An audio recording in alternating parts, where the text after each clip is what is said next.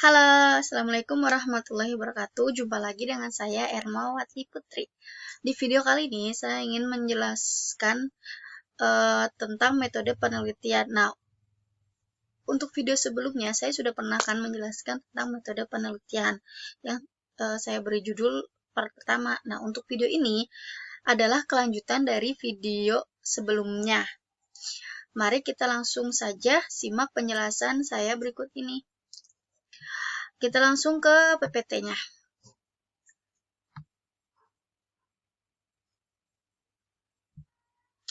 Oke, materi yang kedua adalah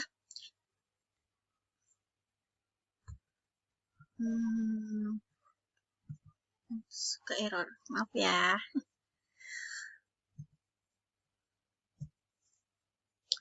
Kita bahas yang pertama yaitu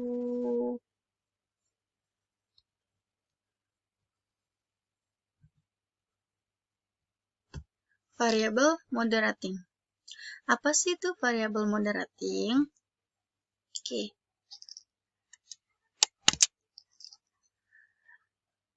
Moderating adalah variabel independen yang akan memperkuat atau memperlemah hubungan antara variabel independen lainnya terhadap variabel dividen. Contoh, penggunaan variabel moderating. Judul, pengaruh laba sebelum pajak ini, aliran kas operasi, perbedaan laba akuntansi, dan pajak terhadap resistensi laba dengan penurunan tarif pajak sebagai moderasi.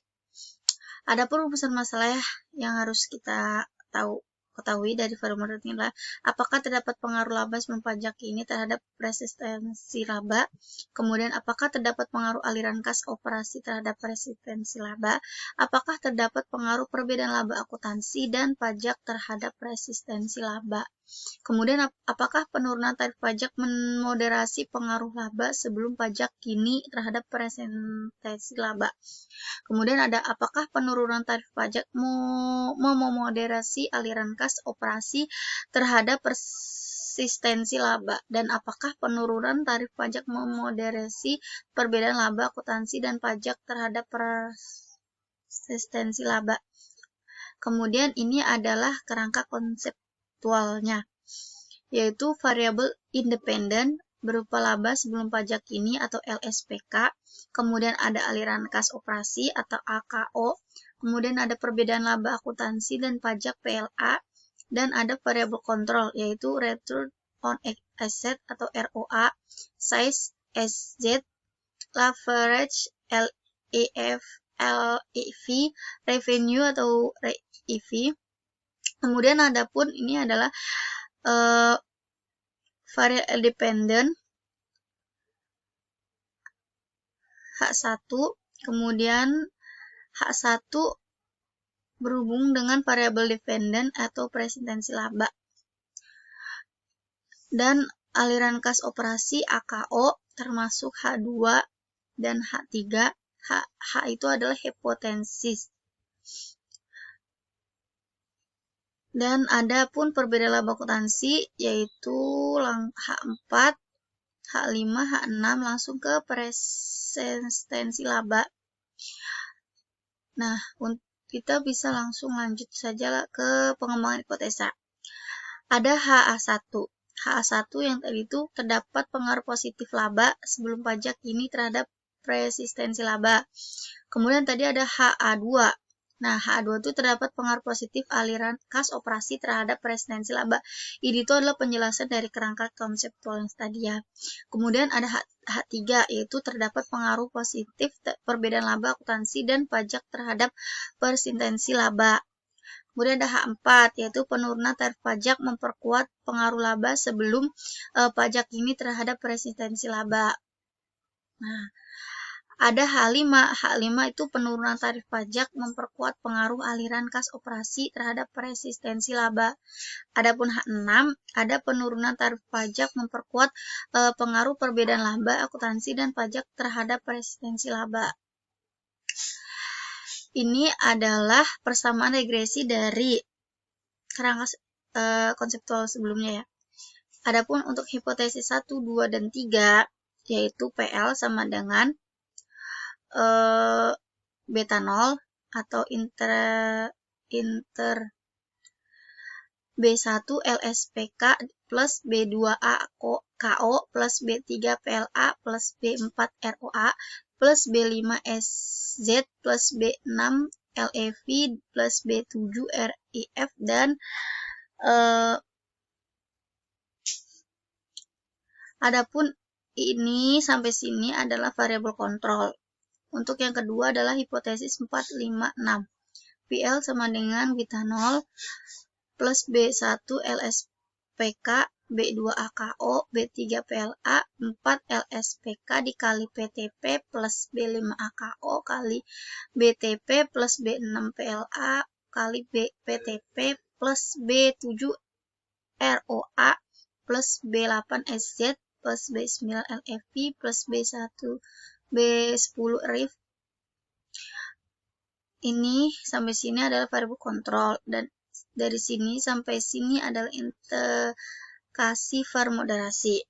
Note, jika variabel penurunan tarif pajak PTP merupakan moderatif variabel, maka koefisien B4, B5, B6 harus signifikan pada 0,05 atau 0,10. Kita langsung lanjut ke berikut. Adapun apa itu variabel intervening?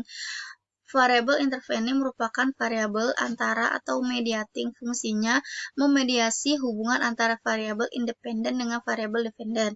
Adapun contoh penggunaan variabel intervening adalah pengaruh generic strategi dan corporate governance terhadap sustainable enterprise dengan investment opportunity set sebagai variabel intervening. Ada perumusan masalahnya, contohnya, apakah generic strategi dan corporate governance berpengaruh terhadap investment opportunity set? Apakah generic strategi corporate governance dan investment opportunity set berpengaruh terhadap sustainable enterprise? Manakah yang lebih langsung? Generic strategi dan corporate governance terhadap sustainable enterprise atau pengaruh tidak langsung generic strategi corporate governance terhadap sustainable enterprise melalui investment opportunity set. Nah, ini adalah kerangka konseptualnya. Variable independent ada generic strategi, simbolnya GS, corporate governance simbol CG, variable control ada X1, X2, X3, variable control ada X4, ada X5 juga. Ini adalah variable intervening, kerangka konseptualnya. H1, H3, H2. H1 dan H2 investment opportunity set atau IO. H3 langsung ke sustainable enterprise atau SE. Adapun H5 ke sustainable enterprise SE juga.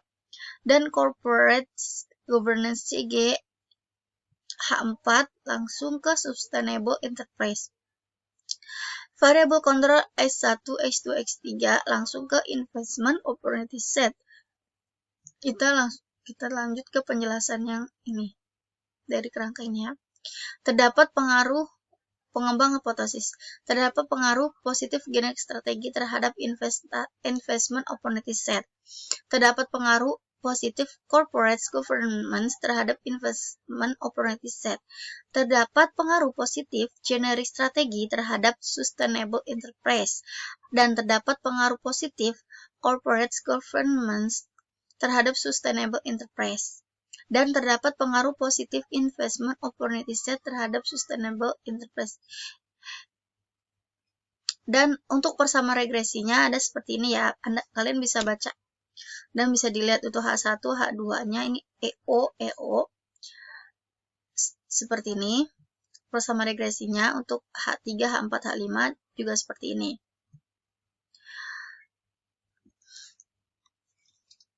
Oke.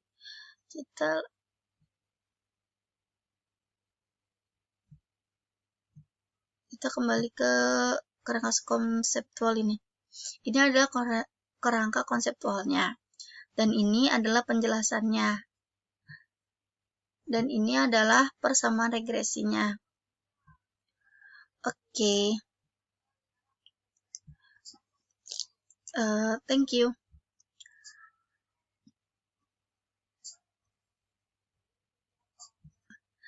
Nah, berikut itu adalah penjelasan dari beberapa metode atau beberapa variabel. Kurang lebihnya, mohon maaf jika ada beberapa penjelasan yang masih kurang mudah dipahami.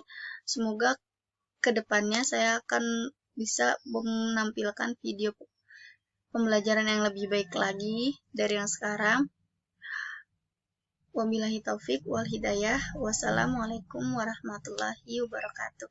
Jumpa lagi dengan saya di video saya berikutnya. Terima kasih.